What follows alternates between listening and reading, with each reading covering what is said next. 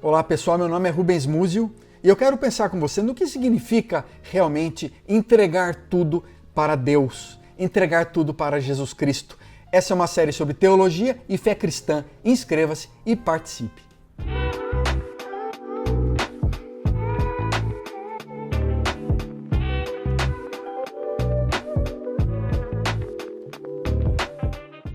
Vamos começar com a história daquela mulher hemorrágica do Novo Testamento, que eu falei no vídeo anterior. Uma mulher que no meio da multidão toca na orla do manto de Jesus e ela é curada na hora. O que rolou aí, gente, foi que, na verdade, é muito mais do que um toque físico. Há uma conexão dela num ato de fé da sua alma, do seu psique, para longe da sua própria incapacidade, da sua incompetência, sua inabilidade. E ele se conecta, então, no caso, essa mulher se conecta a Jesus Cristo. O toque é secundário. Jesus, naquele momento, disse: filha, a tua fé te salvou. Vai-te em paz, fica livre desse mal. Eu quero falar sobre essa fé, caminhando muito mais nessa fé que entrega, independentemente das nossas orações ou leituras espirituais, ou tocar no rosto de Jesus, na roupa de Jesus, ou no nosso batismo, no nosso esforço para sermos bons religiosos, bons cristãos. Nem mudanças de atitude ou qualquer outra coisa asseguram o milagre. A mulher, na verdade, ela teve o encontro da sua alma, de um ser talvez disperso, perdido, extraviado, se sentindo escura, irrecuperável.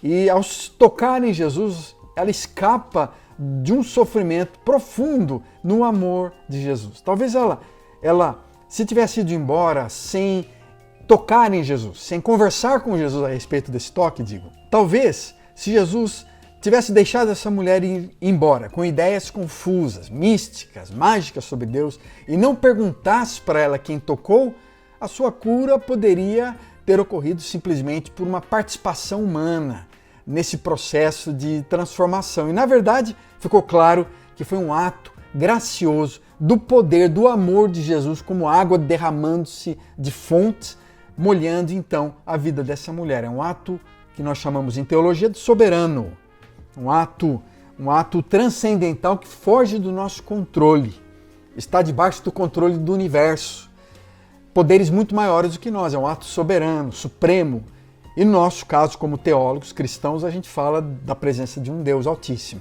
que está conosco. E Deus então decide honrar a fé, a confiança, o coração daquela mulher, e o seu poder então é transferido do corpo de Jesus para o corpo da mulher, curando-a, restaurando-a. Você percebe que isso não é milagre, não é mágica, é fé, é esse canal, esse conduíte para que a presença de Deus venha sobre nós. A gente confia, a gente entrega a nossa vida a Deus, a gente olha para Ele nos momentos diversos e difíceis da vida, a gente olha para Ele e fala: o Senhor está presente, eu sei que o Senhor não vai me abandonar. Essa fé que vai além do que a gente toca, uma fé que nos leva a confiar mesmo que Deus está conosco. E a figura mais clara da presença amorosa, próxima, íntima de Deus, Deus amigo do Deus Pai, é Jesus Cristo. Jesus está conosco, que a gente entrega a nossa vida para Jesus Cristo. Então você perceba na teologia esse elemento da fé muito focado na pessoa de Jesus. É uma fé cristocêntrica. A gente entrega tudo, o que somos, o caminho, a vida. Rolamos, o sentido de entregar é rolar o nosso caminho para Deus e confiar nele. A gente olha, então, numa atitude de confiança, isso é fé, olhando para Jesus. Hebreus 12 diz que isso encoraja demais a pessoa, isso anima muito a gente. Isso dá vontade, dá ânimo, ajuda a gente a caminhar, a continuar, a não desistir, a persistir sabendo que Deus está conosco. E o autor de Hebreus 12 continua dizendo, mesmo nos desafios de morte. E ele nesse momento, ele fala para a gente desafiar aquilo que nos livra do pecado e continuar a olhar para Jesus Cristo. Para Jesus Cristo. Um constante vislumbre, um constante contemplar da pessoa de Jesus Cristo, da alma, da mente de Jesus. Isso é central na espiritualidade cristã. Eu olho para a vida a partir dos olhos de Cristo. Eu procuro compreender o coração de Jesus. A história do cristianismo trata muito sobre o coração de Jesus, a intimidade, a alma de Jesus. Eu quero conhecer o coração de Jesus e viver nesse constante vislumbre das promessas. Isso encoraja, isso anima, isso motiva a gente a enfrentar e confrontar grandes desafios. E o interessante é que Hebreus 12 fala do grande desafio da morte, sofrimento e morte de cruz de Jesus.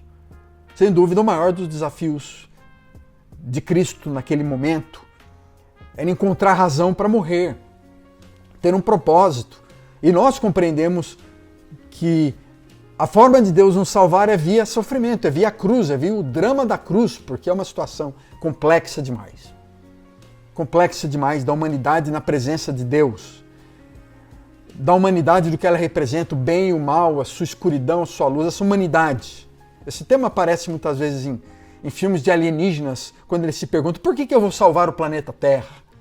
Você já viu provavelmente alguns filmes, eles chegam, por que eu vou usar a minha força, o meu poder, minha capacidade para salvar o planeta Terra? Eles merecem. E aí simplesmente a humanidade, alguns bons filmes descrevem simplesmente a humanidade. Uma mãe com uma criança, um casal passeando no parque, uma praia, descanso, a felicidade. Mas considerai tudo o que aconteça nesse mundo, até mesmo o sofrimento e a morte de cruz. Considerem que Jesus está no caminho. Apenas fracassos e humilhações e sombras, escuridão e vergonhas que nós tenhamos aqui, não se compara. Não se compara a tudo aquilo que Deus faz por nós. E Deus cuida de nós. E Deus nos ama.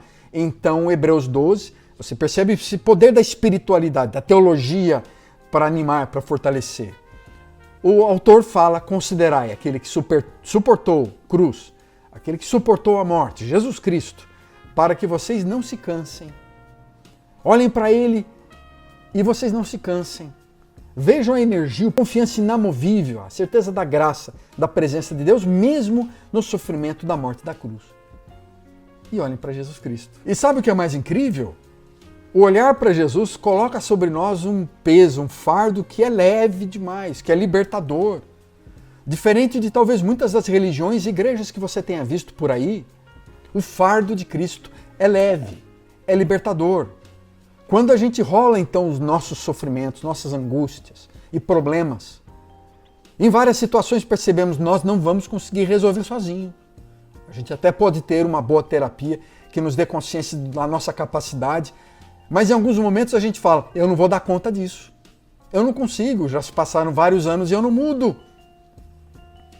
E a gente então rola, entrega os nossos problemas e Jesus vai aliviando, confortando, nos dando mais força em meio à angústia. Mais paz mesmo diante dos grandes desafios. E ele troca aquela mochila pesada, típica do peregrino, enorme mochila daquele que é um viajante, um cara que está levando o camping nas costas, a vida nas costas, e ele faz a gente carregar um fardo leve, suave, embaixo do seu aconchego, da sua proteção. Como é que a gente pode suportar várias das situações da vida simplesmente com a nossa própria capacidade de resolver? Quantos estão perdendo a sanidade ao nosso redor? Quem, na verdade, ao redor de você tem paz interior e se sente equilibrado interiormente? Sozinhos isso é impossível. A fé, então, ela nos ajuda a mostrar que há um caminho, há uma promessa, há como confiar em algumas das preciosas promessas de amor, de graça, de provisão, de proteção que Deus, que o Altíssimo, e que em Cristo ele se encarna de uma forma mais presente e íntima, ele entrega para nós e nos dá de presente. Eu vou te amar, eu vou cuidar de você, mesmo diante dos desafios eu vou te proteger. Eu vou estar com você mesmo quando você se sinta abandonado. E esse poder transformador da espiritualidade em nós, o fato da gente confiar, crer em Deus, para você que nos ouve e não é cristão, talvez eu espero que esteja ajudando a fazer sentido para você, que isso realmente é verossímil, é possível, é uma experiência que muitos passam, muitos cristãos passam. A nossa capacidade empírica de ver, visível de ver as coisas, depende frequentemente do que a gente pode tocar, mas não é bem assim. Experimentamos coisas, muitos sentimentos fortes quando entregamos a nossa carga para Cristo e carregamos agora o fardo dele. Jesus fala, vinde a mim todos vocês que estão cansados, oprimidos, eu vos aliviarei. Tomem sobre vós então o meu jugo, olha, minha carga, Aprendei de mim. O quê? Eu sou manso, eu sou humilde. A característica de Jesus não é do poderoso, do super-herói, do Avenger, do Superman. Ele é um homem manso e humilde, e ao mesmo tempo o leão da tribo de Judá, o mais poderoso de todos os heróis que a gente possa imaginar na história da humanidade. É Jesus Cristo. É Jesus Cristo. Para a teologia é o herói perfeito. E vocês então, Mateus continua, achareis descanso para as vossas almas. Achareis descanso, meu fardo é leve. Então a carga de Jesus descarrega sobre nós, ao mesmo tempo, vários fardos.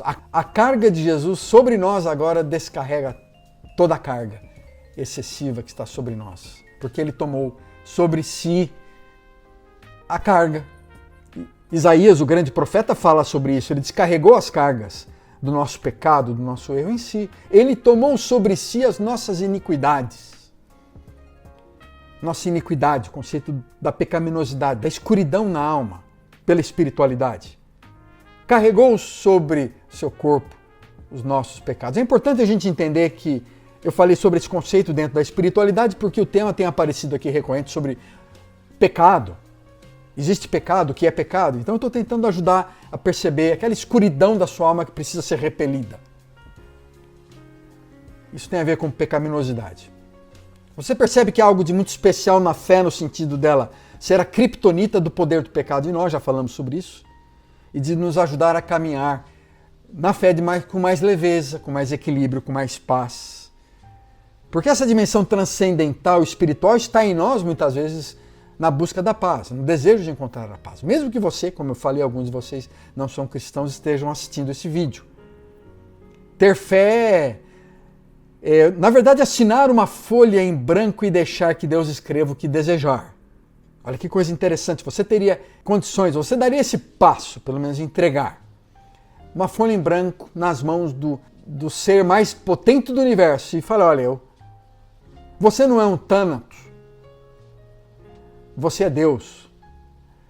Você não é um Deus dos Vingadores, um Thanos, um Dionísio, um Bá, um Deus grego. Você é Deus, o Senhor é um Deus supremo, é muito melhor do que qualquer outro Deus inventado por homens ou desejado por homens. Você é o Deus que pode todas as coisas, Pai amoroso em Jesus Cristo. Você entrega essa folha em branco e deixa que Deus escreva o que quiser. Essa é uma frase, inclusive, do grande teólogo Agostinho. Fé é assinar uma folha em branco e deixar que Deus escreva o que quer. Nós não podemos acreditar na nossa capacidade, nem confiar em toda a nossa habilidade, por mais imaginativa que seja, de carregar todos os pesos da vida sozinho. Nós não conseguiremos. Não conseguiremos. No final das contas, uma parte se desmonta. Há um vazio existencial, porque Deus não está presente. Deus não está. Independentemente de formas diferentes que você veja esse Deus, nós cristãos olhamos para Jesus, pelo menos deveríamos olhar nesse Deus humano, amoroso, presente, no Filho de Deus, no irmão mais velho. Deus está assim, presente. Deus está em nós por meio de Cristo, dentro de nós pelo Espírito. É isso que a teologia fala. A maioria dos cristãos então vive por essa fé, mas vive num âmbito tão elementar que acaba praticando obras simplesmente, confiante na engenharia, na engenhosidade das suas decisões, no talento e capacidade para dar aquele passo 1, 2, 3, depois vai para outra conferência, dá o passo 5, 6, 7, lê o livro tal, para ver quem sabe eu possa me sentir menos culpado, menos ressentido, menos magoado e eu possa realmente confiar que Deus me ama, não pelo meu próprio esforço. E aí vem essa possibilidade, pelo menos, de amadurecimento, de desenvolvimento, de uma jornada mais evoluída, mais integral, que a gente não vive simplesmente por a nossa profissão, que a gente não vive simplesmente para agradar as pessoas, que a gente não vive simplesmente desconectado com o nosso mundo interior e com Deus dentro de nós, mas que a gente realmente viva aquilo que a Bíblia fala, Ele é que opera dentro de nós, tanto o querer, tanto o desejo, quanto a vontade, como o efetuar, quanto fazer segundo a sua vontade. E aí estou usando agora as palavras do apóstolo Paulo, em Filipenses capítulo 2. Viver na teologia do reino, servir esse reino, é entender que de ponta a ponta é o reino de Deus. é obra de Deus, do começo ao fim. Então eu estou dizendo aqui para você que fé em Deus, em Jesus, essa fé nessa espiritualidade é realmente uma ferramenta que remove montanhas de obstáculos, montanhas de decisões erradas, montanhas enormes dentro da nossa alma. Quando a gente confia que há um Deus que ama, que está presente e que foi vitorioso em Jesus Cristo. Essa fé de confiança que entrega, então. E essa fé verdadeira de quem confia em Jesus é um instrumento autêntico que Deus presenteou para a gente usar no dia a dia, para ter uma vida mais vitoriosa, uma vida mais graciosa, uma vida que na verdade vai ser mais operante, vai ser mais produtiva. Entretanto, essas coisas não simplesmente são resultantes de virtudes e habilidades humanas, mas é a aplicação simplesmente do viver na presença, de desfrutar a presença de Deus em nós, como nós desfrutamos a comida e bebida, em uma relação de amor no mundo.